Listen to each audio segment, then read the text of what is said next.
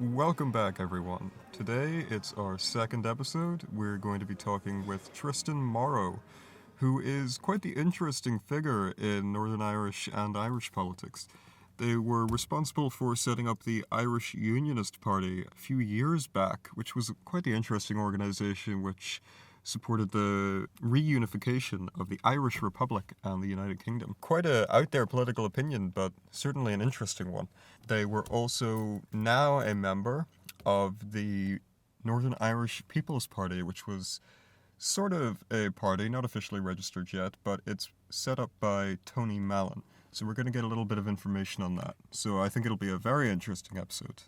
But before we get into it, I would like to take the time to just apologize in advance for the audio if it sounds a little watery or a little shit. We were recording in a pretty busy cafe on a sunny day, so I've had to fuck about with the audio to try and get it to sound manageable. But even then, it's probably still not going to be great, so I apologize in advance for that. Anyway, folks, let's get straight into it.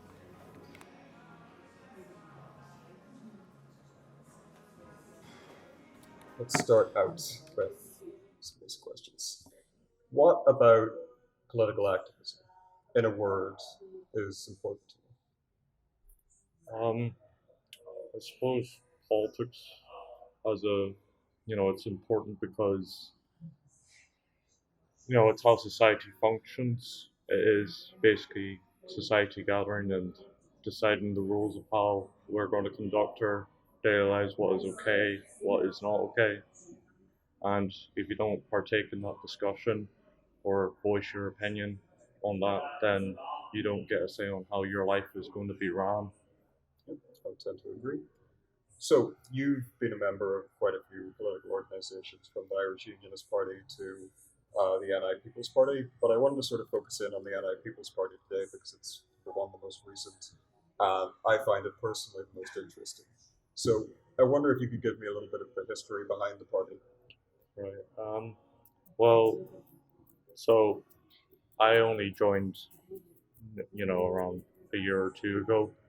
But basically, it's founded by Tony Mallon, who has been quite active in cross-community politics in Belfast. So yes, and he was originally running as an independent, and but obviously that was going nowhere, and he felt that there was this huge need for a sort of new alliance party or like an alliance of independent candidates like there is in the South. You have the coalition of independent candidates in the South.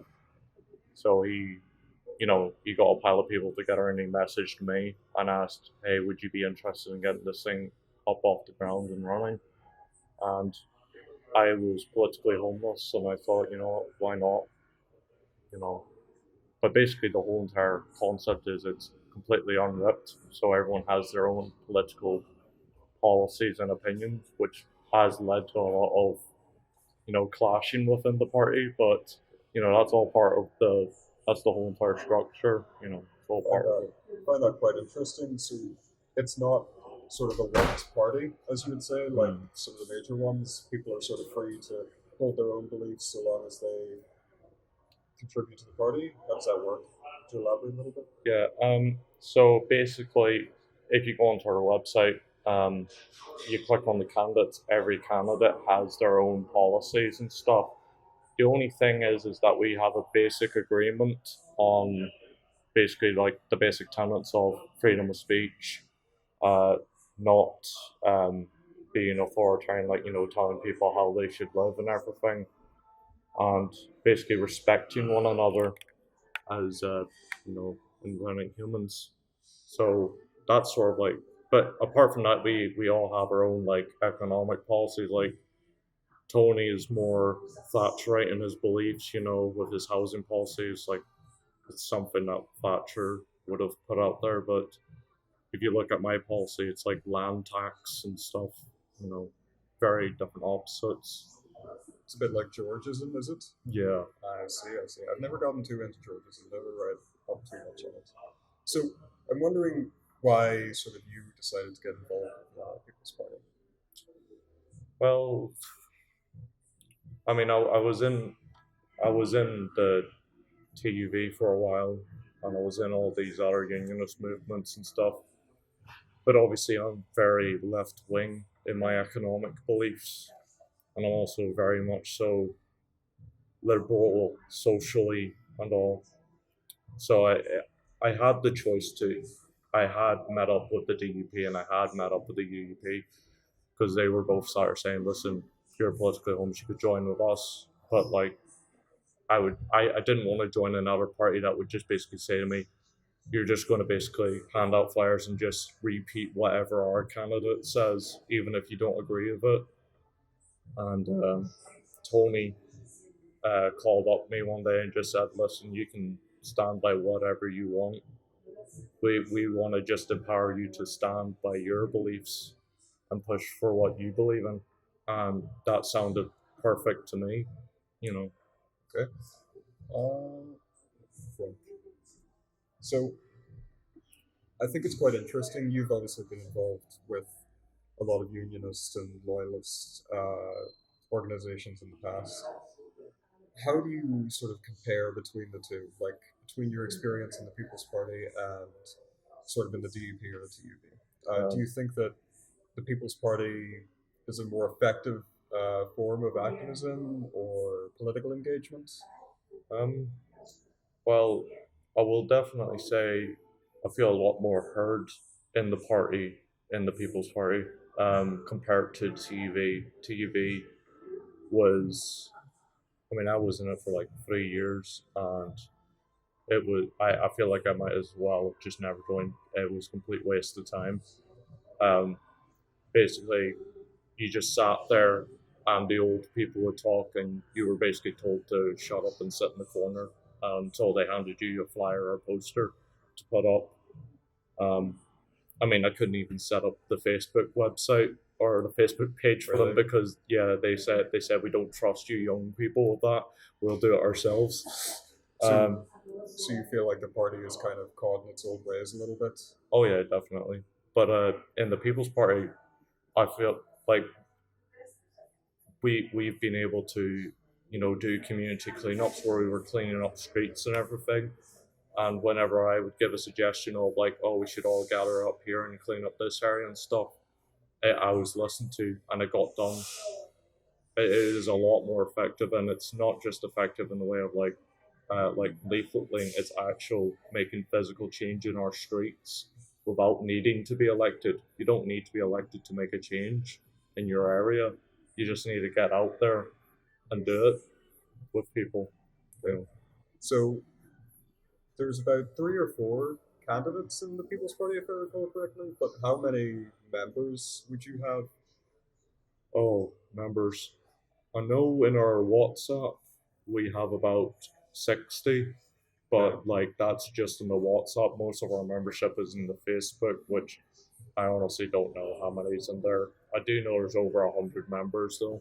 And in regards to the WhatsApp and Facebook group, because we've talked to Progressive Politics NI previously, and we've sort of encountered the fact that within these groups, you'll have sort of a core of members who are quite active, and then a lot of sort of orbiters, I suppose you could say. Do you experience that as well? Oh, 100%.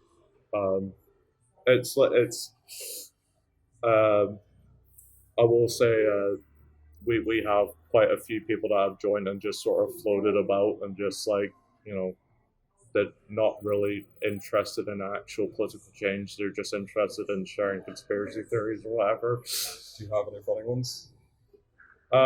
We had a few funny members, but it was all in good fun, But we definitely do have people that orbit about and do that and just you know, but they contribute with their membership. You know, it helps us stay registered as a party. Yeah. And is this a paid membership? Yeah. I see, I see. So the world is obviously in a pretty tenuous place right now. I think we all agree on that. What do you see in the future for Northern Ireland and for the NI People's Party? Future politically, like for the future, Norman, like how things are going to be in like 10, 20 years. Let's say 1 year. Oh, 1 year. Things move fast. Oh yeah. Well, I suppose 1 year. Next year's the election, local elections. I see us standing a few candidates definitely for the election. We've been talking about that quite a bit.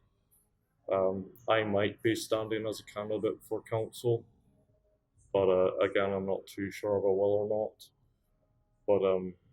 But as for the future of Northern Irish politics in 1 year's time, I see it just getting a bit more nasty, to be honest, especially with the TV acting up on the hype. Like, you've seen the posters going up and about, and Bryson seems to be wanting to stoke up more.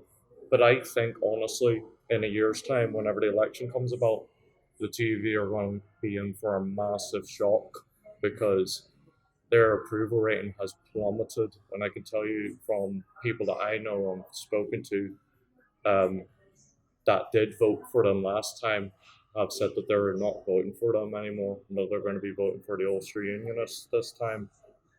So I'd say we're going to see the reality check for conservatives in this country. Okay. Pretty interesting. I think a lot of people would probably disagree with you there. They would probably say that the TUV is in for a gain in a lot of seats. How would you respond to that? I would say to them to talk to people in places like Ballymoney and Dervock that did vote for them last time, because I can tell you for a definite fact that I have seen a definite change in the unionist community. Everyone's annoyed about the sea border, but a lot of these people that did vote for the TV were voting for protest of the sea border, and quite quickly people are now getting that whole entire protest for that sea border has started dying down over the years. It's the motivation isn't there anymore, and a lot of people are starting to realize that it's a lot of careerism. From when Jim Allister got elected there, and he has done absolutely sweet nothing with his seat. Yeah, we can go get some pictures. Well, I'm going to go get some pictures of his lovely, beautiful face on the side of my house. Yes. Yeah. Incredible. A great contribution to the town. But yeah. How much do you reckon you spent on that? Way too much. Must be about 250 quid of taxpayer money. Well, I mean, should have seen him in his election celebration. He came into a hotel being led by a bagpiper wearing a flipping cruise suit with a champagne glass in his hand. Very humble person. Actually, that's hilarious. Very humble man. Anyway, let me think. I had a few other questions.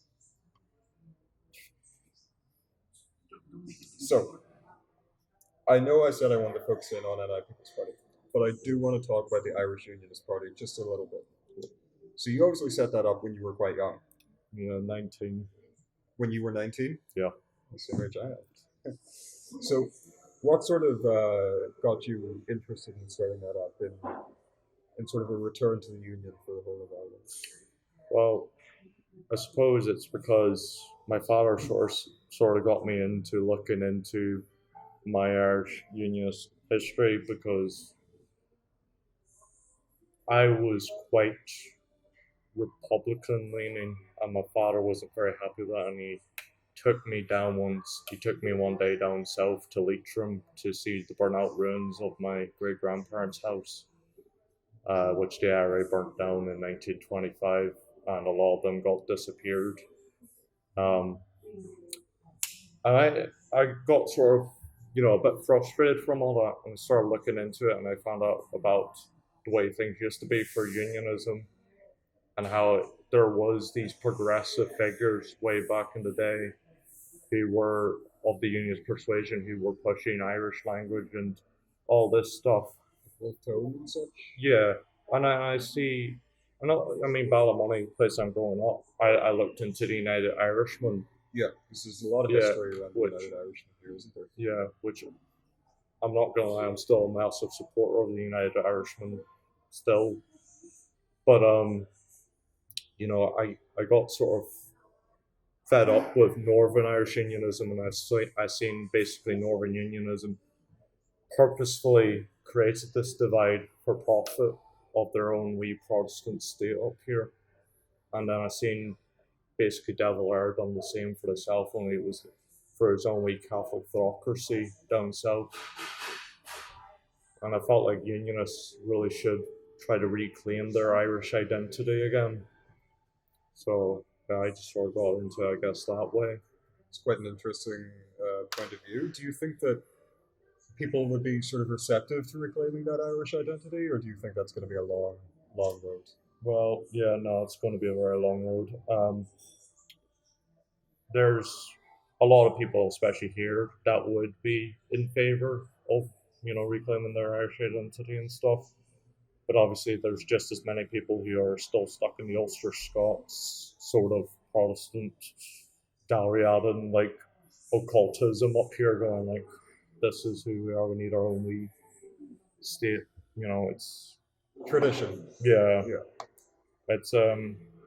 it's difficult, and I've seen it. It's been difficult, and even whenever we were in the IUP trying to get the IUP sorted out, we had infighting within the party with some members trying to emphasize, oh, we should be more aligned with the Orange Order and stuff, and then we had more progressive members who were like, we should not be reliant on a religious organization to get membership.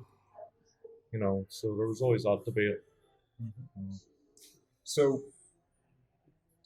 what do you think has been most effective in terms of political activism throughout all of your different organizations? What do you think is the successes that you've experienced with tactics, and what do you think has failed? What has failed is flyers. Handing out flyers on a high street does not work. You try to have a conversation with someone, it lasts about 2 minutes, and they go, "Oh, I'll give it a thought," and they'll throw it away, and they won't look at it again. I think flyer dumping is just complete waste of time. Stickers do work, but it mainly ends up pissing people off because you've just basically graffitied a lamppost basically with your nonsense. But the thing that does work is cleaning up the area with, litter picking, or if you're painting over graffiti, or if you're actually going around taking stickers down off walls and stuff. We found that whenever we done that with the Shankill Road, we were painting over graffiti, repainting mailboxes, cleaning away weeds from people's gardens and everything. That went viral on like Ireland's Reddit. They were starting going like, "Oh, finally a group that's actually doing something." And it's like, even though we politically disagree with them, we appreciate what they did, and that done us. So we gained like a good, I think, 20 members from that within like a week because we did that. That's the activism that we found to be most effective. So you would say that tangible actions that have like a real physical effect are much improved over just going out and sort of advertising your policies and beliefs? Yeah, advertising a brand is just, you can't just sales pitch it. You can't just go like, "Oh, we'll run society," sales pitch it. You have to actually show them that you're capable of making change in the society that you're wanting to be in charge of. And a lot of politicians don't do that anyways. No, I think that's a very reasonable thing to say. We're coming up sort of on the end of our time here. Do you have any final thoughts or anything? I suppose I'm hopeful for Northern Ireland to progress to a much more progressive, laid-back society within 10, 20 years. I see an older generation that is quickly fading away, and I see a younger generation which is fed up of all the parties of old, So I'm hopeful for the future. Yep, well, that's a nice note to end off. Do you have anything you want to point out? Any opportunities to join, things like that, to that nature? I guess if people are interested, they can search up NI People and see what it's about, and yeah, suppose that's it. No worries. Well, thank you very much for your time. All right, no problem.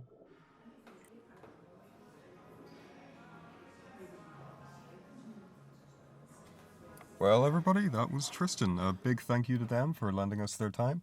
Some really interesting points there. I'm sure me and Tristan probably disagree on quite a lot of stuff, but I'm sure that they've come to their positions through some actual logic and investigation rather than the majority of the right wing these days, who seem to have arrived at their positions through, I don't know, reading TikTok, going on X, asking Grok. Anyway, thank you very much for listening, everyone. It's been a pleasure, as always, and hopefully I will see you again next week.